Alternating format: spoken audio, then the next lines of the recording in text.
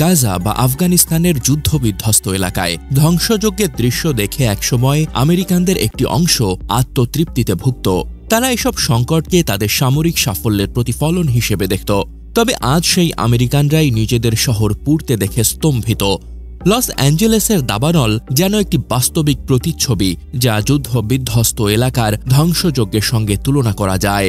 এই ঘটনাগুলো কেবল প্রাকৃতিক দুর্যোগ নয়, বরং সৃষ্টিকর্তার একটি স্পষ্ট বার্তা হিসেবে ধরা যেতে পারে। যেসব আমেরিকান একসময় গাজা, ইরাক বা আফগানিস্তানের ধ্বংসযজ্ঞের ছবি দেখে নীরবে হাসত, তারা এখন নিজেদের শহরে একই রকম চিত্র দেখে স্তম্ভিত।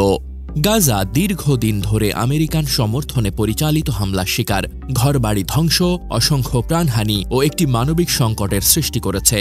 ঠিক তেমনি লস অ্যাঞ্জেলেসের দাবানলে পুড়ে গেছে শত শত ঘরবাড়ি, মানুষ গৃহহীন হয়ে পড়েছে, প্রাণ হারিয়েছে অনেকে।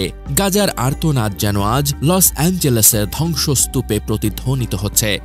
আফগানিস্তানের যুদ্ধবিধ্বস্ত গ্রামগুলো মনে করিয়ে দিচ্ছে দাবানলে পোড়া ক্যালিফোর্নিয়ার চিত্র।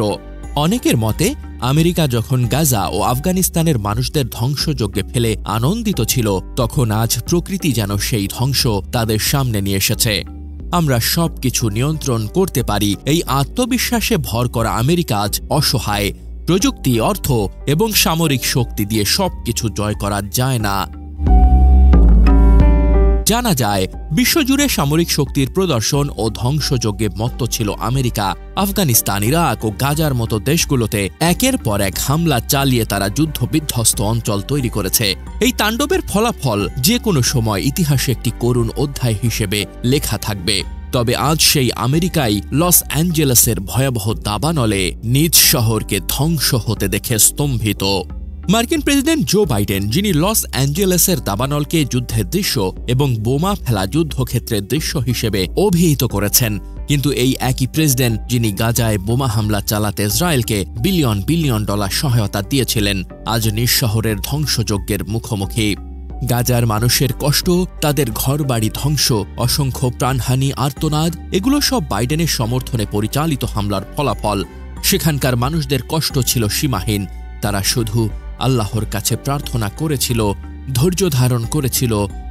বাইডেন যখন গাজার মানুষের সঙ্গে সমবেদনা না দেখিয়ে যুদ্ধের পক্ষে দাঁড়িয়েছিলেন, ঠিক তখনই প্রকৃতি যেন তারই শহরকে সতর্ক বার্তা দিচ্ছে। জানা যায়, স্থানীয় সময় গত মঙ্গলবার লস অ্যাঞ্জেলেসে তাণ্ডব চালানো শুরু করে দাবানল। আলাদা 5টি সক্রিয় দাবানলে সেখানে প্রায় 35,000 একর অঞ্চল পুড়ে গেছে। মৃত্যু হয়েছে 11 জনের, আর পুড়ে গেছে হাজার হাজার অবকাঠামো। আবহাওয়া বিষয়ক বেসরকারি সংস্থা অ্যাকুয়েদার গতকাল শুক্রবার জানায়, দাবানলে 135 থেকে 150 বিলিয়ন ডলারের ক্ষয়ক্ষতি হয়েছে, আর এই ক্ষতি পুষিয়ে উঠতে লম্বা সময় পাড়ি দিতে হবে।